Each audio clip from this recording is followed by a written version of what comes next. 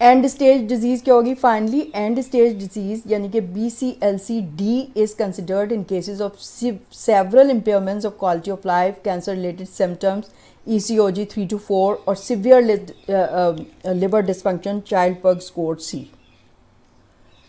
Treatment allocation आप क्या करेंगे? स्टेजेस 0 एंड A को पोटेंशियली क्यूरेटिव थेरेपीज़ यानी कि रिजेक्शन, सर्जिकल रिजेक्शन या फिर ट्रांसप्लांटेशन और focal ablation. Median survival 60 months होगा एंड बियॉन्ड, ठीक है। Stage B intermediate stage with preserve liver function, these patients benefit from trans arterial chemo embolisation यानी कि TACE, survival 25 to 30 months. Stage C में advance stage है, benefit from systemic treatment, तो उसमें आप कीमोथेरेपी देंगे। Sorafenib extend survival by 3 months, lenvatinib 12.3 months, atezolizumab anti-PD-L1 antibody होती है, प्लस बेवासीजुमैब 19 मंथ्स का सर्वाइवल इससे हो जाता है। चाइल्ड पग B and C में आप लिवर ट्रांसप्लांटेशन ऑफर करते हैं। And stage liver disease BCLC-D अगर है तो should be considered for nutritional and psychological support and proper management of pain, ठीक है, वो बहुत ज़रूरी है। और TNM classification is not used in hepatocellular carcinoma, जो बैक इन 2008 जब मैंने ये लिखा था तो TNM क्लासिफिकेशन मैंने की हुई थी, ठीक है। तो कितना ज़रूरी है, अगर पुरानी चीज़ भी आपने लिखी हुई है तो उसको आप टैली तो करेंगे, अभी कितने चेंजेस हो गए। अच्छा, ये जो है ना बहुत ज़रूरी है कि आप इसको अच्छे से याद करें, क्योंकि अगर हेपेटोसेलुलर कार्सिनोमा आ गया ना तो आपसे एक एक चीज़ पूछेंगे। अच्छा देखें, एक बात याद रखें हमेशा, मैंने आपको पहले भी शायद बताया है कि जो मुमतहिन है उसको इससे कोई इंटरेस्ट नहीं है कि डायग्नोसिस क्या है, ठीक है।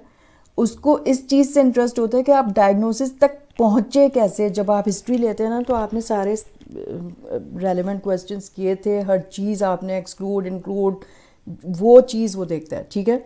तो अगर आपने वो किए होंगे और अगर वो पूछे कि मतलब ये कि अगर मतलब CLD का केस है, सिरोसिस है, और वो कह के अभी बहुत एब्डोमेन डिस्टेंशन बढ़ गई है, पेन हो रहा है, वेट लॉस हो रहा है, तो भाई हेपेटोसेलुलर कार्सिनोमा अगर आपका केस आ जाएगा ना तो डायग्नोसिस तक अगर आप पहुंच गए, यानी कि एग्जामिनर ने आपको डायग्नोसिस तक सवालात पूछ लिए ना तो बस समझें कि आप पास हैं, क्योंकि डायग्नोसिस के सवालात पूछने से पहले ही वो अंदाज़ा लगा लेते हैं कि आप कितने पानी में, ठीक है। और अगर उसने आपसे फिर ट्रीटमेंट भी पूछ लिया, और अगर आप मतलब ये कि बहुत ही फिर आप अच्छे होंगे ना कैंडिडेट, और अगर उसने फिर ट्रीटमेंट के बाद उसने पूरी जो है ना आपसे पूछ ली, सर्वाइवल पूछ लिया, हर ट्रीटमेंट का क्या है, कैसे आपने जो भी स्कोरिंग सिस्टम है, एक एक चीज़ पूछते हैं, पता है, एक एक चीज़, यानी कि जो आप अंदाज़ा लगाने के लिए कि कितने अच्छे आप कैंडिडेट हैं FCPS पास करने के लिए, ठीक है। तो ये अब ये तो ज़ाहिरी बात है कि मतलब चाइल्ड पग स्कोर है, तो आप जब पेशेंट्स देखें हेपेटिक एन्सेफलोपैथी कितने पेशेंट आते हैं तो भाई उसमें किया करें ना, अगर हर वक्त हम जब भी हम पेशेंट देख रहे हैं आपने ये जहन में रखना है कि ब्लू रिबन और एल्ब्यूमिन और जो है वो प्रोथ्रोम्बिन टाइम और जो SITs और ग्रेड्स ऑफ एन्सेफलोपैथी चीज़ें आती हैं, तो आप देखते रहेंगे तो आप क्यों भूलेंगे? अगर आप एक ही दफ़ा से पढ़ना है क्या, तो इस चीज़ को अप्लाई करना शुरू कर देना अपने उसमें, देखें उसको क्या निकल रहा है, कौन सा क्लास में आ रहा है पेशेंट, तो कितना मतलब आसान होगा। और फिर जाहिर है कि इतना मुश्किल लगता है अभी तो देखने में, ज़ाहिरी बात है कि इसमें कितना आपको कंसंट्रेशन से पढ़ने की ज़रूरत है ना, बहुत ज़्यादा कंसंट्रेशन से। ये मैं आपको इसलिए बता रही हूँ कि मेरा मतलब मैं किसी दिन या तो आपको एक वो कर ही लूँगी कि मेरा जो लॉन्ग केस आया था इम्तिहान में वो क्या था, और वो मेरा ख्याल है वो कर लूँगी तो फिर वो सारा बता दूँगी आपको मैं, ठीक है। तो TNM classification is not used in hepatocellular carcinoma. अब इसमें जो है ना हेपेटोसेलुलर कार्सिनोमा ये चार्ट है, स्टेज 0 ECOG 0 है, चाइल्ड पग A है, तो वेरी अर्ली स्टेज यानी hepatocellular carcinoma less than 2 centimetre carcinoma in situ बोलेंगे इसको, ठीक है। स्टेज ए टू सी क्या होगा?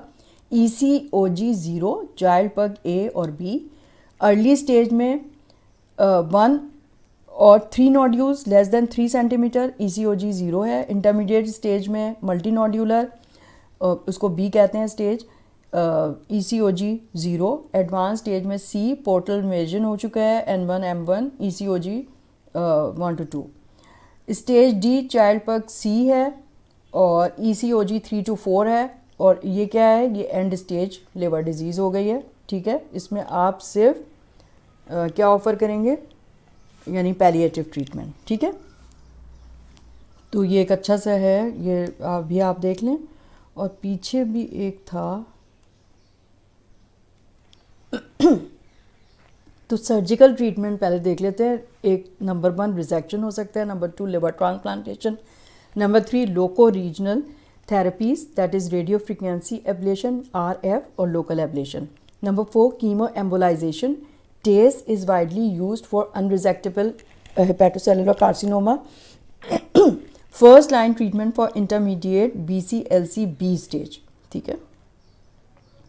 कीमो एम्बोलाइजेशन क्या होता है? कन्वेंशनल कीमो एम्बोलाइजेशन, CTACE उसको कहते हैं, स्मॉल सी और TACE ही कैपिटल। CTACE और trans arterial chemo embolisation consist of local hepatic artery administration of chemotherapy either doxorubicin for 50 milligram per meter square or cisplatin mixed with emulsion of lipoidol followed by obstruction of feeding artery with sponge particles, benefit with liver only disease, ठीक है।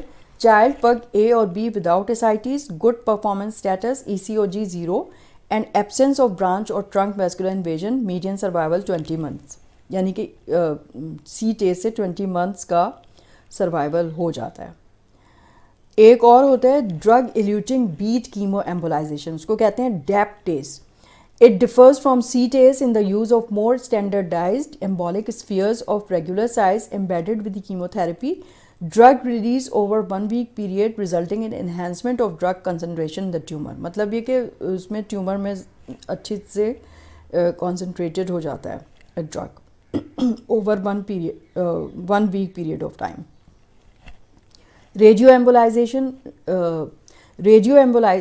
Embolization using beads coated with Yttrium 90, Y90 and isotope that emits short range beta radiation is most promising alternate to TACE.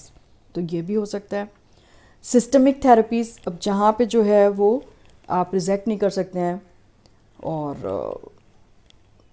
तो उधर आप systemic therapies देंगे। सोराटिनिब, लिवर्टिनिब conventional chemotherapy है। Molecular targeted therapies में एटिजोलीजुमैब anti-PD-L1 check point inhibitor है, plus बिवासीजुमैब antibody to VEGA यानी vascular endothelial growth factor होगा for advance hepatocellular carcinoma. Screening and prevention कैसे करेंगे? अब देखें 60% केसेस जो हैं CLD के और सिरोसिस के वो हेपेटाइटिस बी की वजह से जो कन्वर्ट हो जाता है हेपेटोसेलुलर कार्सिनोमा में। तो treatment of hepatitis B and C एक खुद ही प्रिवेंशन है हेपेटोसेलुलर कार्सिनोमा की। फिर CLD, hepatitis B and C और alcoholic surveillance considered 6 monthly and alpha fetoprotein level and ultrasound abdomen. तो इसमें जो है सिरोसिस अगर हुआ हुआ है तो एवरी 6 मंथ्स अल्ट्रासाउंड करा के देखना चाहिए alpha fetoprotein level. Mass vaccination against hepatitis B, ठीक है। तो ये अगर करेंगे तो प्रिवेंशन हो जाएगा, ठीक है।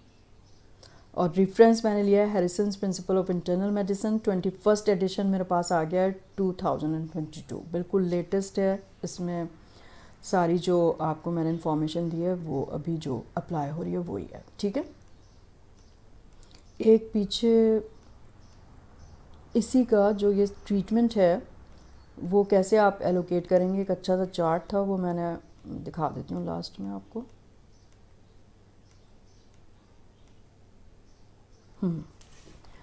हेपेटोसेलुलर कार्सिनोमा, अब इसमें उन्होंने लेफ्ट से आप देखें वेरी अर्ली स्टेज यानी कि 0, सिंगल नोड्यूल है less than 2 centimetre, child Pugh ए है, ECOG ज़ीरो है, यानी कि सिम्टम्स वगैरह कोई नहीं है, तो क्या ट्रीटमेंट होगा? या तो एब्लेशन करेंगे आप या फिर रिजेक्शन कर देंगे। फिर दूसरा आप देखें, अर्ली स्टेज ए अगर स्टेज है, सिंगल और less than 3 nodule less than 3 centimetre, child Pugh ए और बी है, ECOG ज़ीरो है, तो सॉलिटरी नोड्यूल अगर है तो ऑप्टिमल सर्जिकल कैंडिडेट होगा, उसमें आप रिजेक्शन कर सकते हैं। 2 to 3 नोड्यूल्स अगर हैं लेस देन 3 सेंटीमीटर के, तो आप सर्जिकल कैंडिडेट इतना नहीं हुआ तो उसमें आप ट्रांसप्लांट करेंगे। मतलब सॉलिटरी अगर है तो उसको आप निकाल देंगे, अगर 2 या 3 नोड्यूल्स हैं तो फिर ट्रांसप्लांटेशन ज़्यादा एडवाइजेबल है, ट्रांसप्लांटेशन आपने कर देनी है, ठीक है। तो अच्छा, फिर इंटरमीडिएट स्टेज बी है, मल्टी नोड्यूलर है वो, ठीक है, Child Pugh A and B, ECOG zero, तो आप क्या करेंगे? कीमो एम्बोलाइजेशन कर सकते हैं उसकी, या फिर उसको फर्स्ट लाइन सिस्टमिक थेरेपी एटिजोलिजुमैब या बेवासीजुमैब दे सकते हैं। अब एडवांस स्टेज है जो सी होती है, पोर्टल इन्वेजन भी हुआ हुआ है, लिम्फ नोड में भी है, मेटास्टेसिस भी है, तो child Pugh A and B आ रहा है, ECOG 1 to 2 है, तो फर्स्ट लाइन सिस्टमिक थेरेपी तो एटिजोलिजुमैब हो गया, बेवासीजुमैब हो गया। First second line systemic therapy sorafenib और लिवाटिनिब है। Third line systemic therapy regorafenib, cabozantinib, ramucirumab, ठीक है, ये कर लेंगे आप। फर्स्ट लाइन का मीडियन सर्वाइवल 19 मंथ्स है, सेकंड लाइन का 13 to 15 मंथ्स है, थर्ड लाइन का 8 to 12 मंथ्स है। अब अगर टर्मिनल स्टेज है यानी कि डी है, चाइल्ड पग स्कोर सी है, ECOG मोर देन 2 यानी 3 to 4, तो उसमें बेस्ट है कि आप पैलिएटिव सपोर्टिव केयर देंगे। मीडियन सर्वाइवल्स में बस सिर्फ 3 मंथ्स ही होता है, ठीक है। तो ये बड़ा अच्छा सा चार्ट है, लेकिन ये कि चार्ट जो है ना, मैंने पहले भी बताया था कि जो भी बुक्स होती हैं जिसमें चार्ट से बने हुए हैं, डिब्बे डिब्बे बने हुए हैं, उसमें कॉजेज़ लिखी हुई हैं और ट्रीटमेंट लिखे हुए हैं, वो उस वक्त तक आपको याद नहीं हो सकते जब तक आप टेक्स्ट नहीं सही से पढ़ लेते, ठीक है। अगर मैं सिर्फ ये चार्ट देखना शुरू कर दूँ तो मेरे तो कुछ दिमाग में ही नहीं जाएगा। दिमाग में घुसाने के लिए उसको आप टेक्स्ट पढ़िए। ज़ाहिर है कि आप पहले BCLC का सारा पढ़ें, कितने वेरिएबल होते हैं, किस तरह से आपने डिवाइड किया, तो फिर आप चार्ट को फॉलो कर सकेंगे ना, तो फिर चार्ट आपको याद हो जाएगा, सही है। अदरवाइज़ नहीं, तो आप पूरी एक एक चीज़ करें, क्योंकि ये केस आया तो मतलब आपका बहुत अच्छा हो सकता है वाइवा, अगर ये आपको आता होगा तो मुमतहिन इम्प्रेस हो जाएगा, भाई आपको सब कुछ आता है। और इसमें से मेरे ख्याल में मैंने कुछ भी नहीं छोड़ा था, सभी कुछ मैंने आपको बता दिया, ठीक है। तो अच्छा करते हैं, बहुत ज़्यादा हो गया, वरना तो मैं कुछ वो पढ़ के भी मैंने रखा होता है कि वो कर लेंगे बट-चियारी सिंड्रोम, लेकिन फिर नेक्स्ट टाइम करते हैं, ठीक है। तो thank you so much for listening and for commenting me. Please ज़रूर कमेंट मुझे कीजिएगा, ठीक है। मुझे बड़ा इंतज़ार होता है और बड़ी खुशी होती है मुझे पढ़ के। Thank you so much. Okay, खुदा हाफिज़।